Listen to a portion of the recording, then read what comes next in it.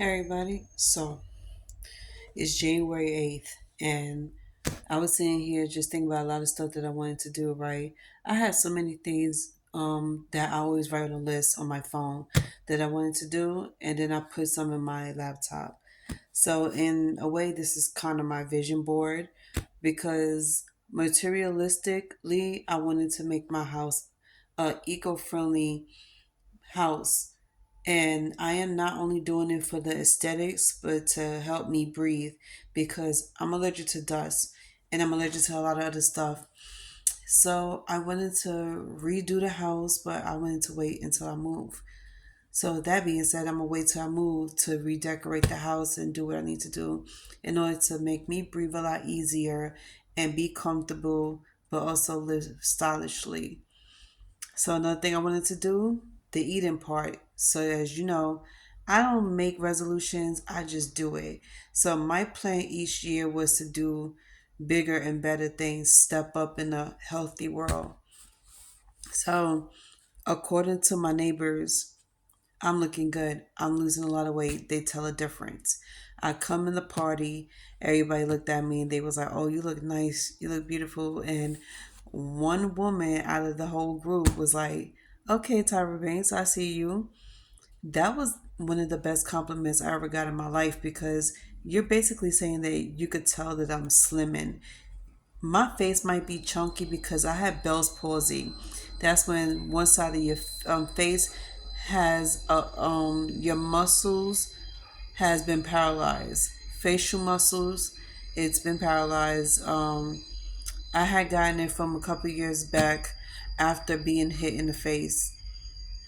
But instead of me crying about it, I embraced it because one side of my face is normal. I got cheekbones and the other side don't.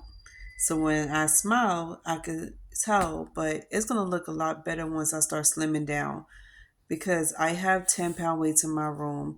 I do lift those up as much as I want to, not as much as I could because those are lightweight. So I tried doing it 20 times. And then I walk around in my house, I stretch, I bend, and then I walk outside. And as I don't like walking around my neighborhood as much because it's the same thing. I don't want to see the same thing over and over. And it has walking and trying to get fit and healthy, it does have a lot to do with the aesthetics. So if you come outside, you see the same thing every day, it kind of gets boring to you and it's starting to annoy you. So I like to walk in different places where I can see different things all the time and something that makes me happy, that brings joy in my life. I love going down to Manhattan. I swear to God, you would think that I'm a resident down there as much as I've been down there. So one day I will pick a nice sunny day, something that's close to being warm, and I will go down there and I will walk down from 57th Street in Midtown all the way down to 14th Street and then jump on a train to go down to the village. That's my normal routine. But coming back uptown, I will walk all the way up as much as like 50th Street. And I don't know why this is like a crazy habit I picked up back in 2019. But come to find out, I was walking 30 blocks from 14th Street going up to maybe about 20 something Street. I think it was 23rd Street because it was the one train over there. So I'm telling myself, this is something you could do. This is your routine. Now, when I made a video a couple of months ago last year about my normal day or what I eat and drink and how I do things in moderation, I wanted to really clarify that because some people were still asking, "What are you doing? Like, how do you get your legs to be slim? How did you get your stomach to go down a little bit?" As a person with gastritis and GERD, which is a gastrointestinal reflux disease, I think. Don't quote me on that word, I don't know how to pronounce it, but I was diagnosed with that a couple of years ago after I had my kids. And I was always working out. I was a health nut. So you couldn't tell me I wasn't doing nothing to help my body out. But then I started gaining more weight. Altogether, I gained 30 pounds within a year. So from 2015 to 2017, I was trying to find ways to lose the weight. I was walking, climbing, even when I was working for a maintenance company. I was trying to see if maybe I could change up my habits a little bit, eat a lot better. But the job I was working at doesn't the places where we were surrounded at wasn't giving me much options of eating better, because we had a deli that had a huge buffet, and the buffet was a mixture of Asian food, barbecue, and American food. So I had to walk so many places to find the right spots to eat. Then I found this other deli that was selling nothing but salads and healthy sandwiches and stuff. So I started making that a habit going down there. So long story short, going down there throughout the entire summer of 2017, I managed to lose 12 pounds. And that's because I was eating very small. I only had 30 minutes of lunch, and I was making it a habit, especially when I was working at Governor's Island. One of my best memories ever was Governor's Island, working for the last 2 months of that year. And I was like, hold up, this has got to be the best thing ever, because there's not much choices out there. So I linked up with this girl, woman older in her, at that time she was in her early 40s. I think she was like good 43, 44. And she said she wanted to learn how to lose the weight in her legs and her stomach. So I told her walking. I was like, if you learn to walk more, like you'll get more results. So kind of find out she didn't live too far from me. She lives right there, like 20 minutes away from me. So I told her, you have a park that's 10 minutes away from you. Walk all around. And just like we got three different parks around us, and plus these two big parks that's not too far. So I make it a habit of walking there. And my favorite days to walk up there was on Saturdays. So Saturday morning between 10 and 2 is always empty in that park. Always. Saturdays and Sundays between 10 in the morning and 2 in the afternoon. After 2, everybody slowly start coming out and going to these parks, especially kids. So I go there, I chill out, and I'm walking and walking and walking in circles until I can't walk anymore. Then I walk home. So, what I'm trying to say is not only that walking and climbing is doing a lot for the body, but moderation is key. Just think of it like eat as if you would feed your children small portions. Don't go out of that small portions. If you're still hungry after that, eat a fruit.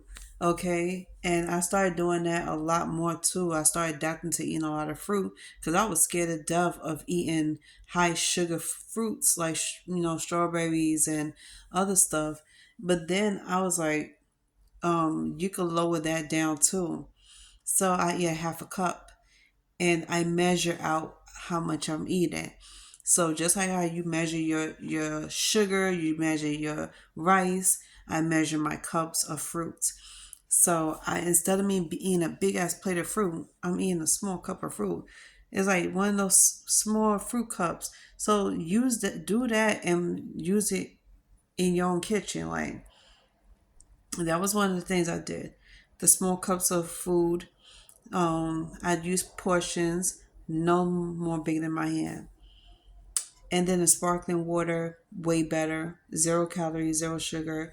Sparkling water to me tastes way better than regular water. Somebody made a joke about it on TikTok saying you must be a serial killer if you could tell the difference in water. Like you could tell the difference of the taste of water. And I kept joking around and thinking about that. I was like, well, I could taste difference. So I drink my Perrier, my San Pellegrino, any of those waters, I love it, but I'm obsessed with San Pellegrino, so that's what you're gonna see me buy. And then I started looking at other stuff that I could eat as far as snacks goes. Oh my God, the list goes on. But I'm going to Trader Joe's this Thursday to shop. I have not been to Trader Joe's since last year in the summertime. I think it was in June. So it's time for me to go back to Trader Joe's. This whole time I was going to Asian markets, I was going to Whole Food markets, and I'm kind of feel like it's being played out right about now. So we're gonna go back to Trader Joe's this Thursday. I'm gonna take small snapshots of everything inside to show y'all what I'm picking up. But there is music in that store, so I'm gonna have to mute it. So I'm I'm a little excited about showing y'all this because I want y'all to see what I do on a day-to-day basis, how I eat, and no longer will be eating bad foods, no more holiday foods. We are how you say, we using portion control charts and stuff. We're, substituting things like my favorite food in the world in the morning time was eggs.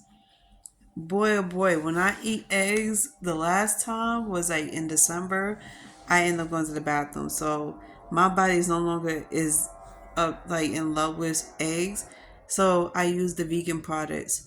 And kind of found out there is a huge difference between vegan products and regular products. So you could eat your vegan cheese, you could eat your vegan proteins and stuff. It won't give you gas. It won't send you straight to the bathroom like regular food is, because I have GERD. So when you have GERD, everything is a no for you. From sugary drinks to dairy. Oh my God. And eggs is the worst. You want to talk about dairy? Don't do yourself dirty by eating eggs, yogurt, and cheese.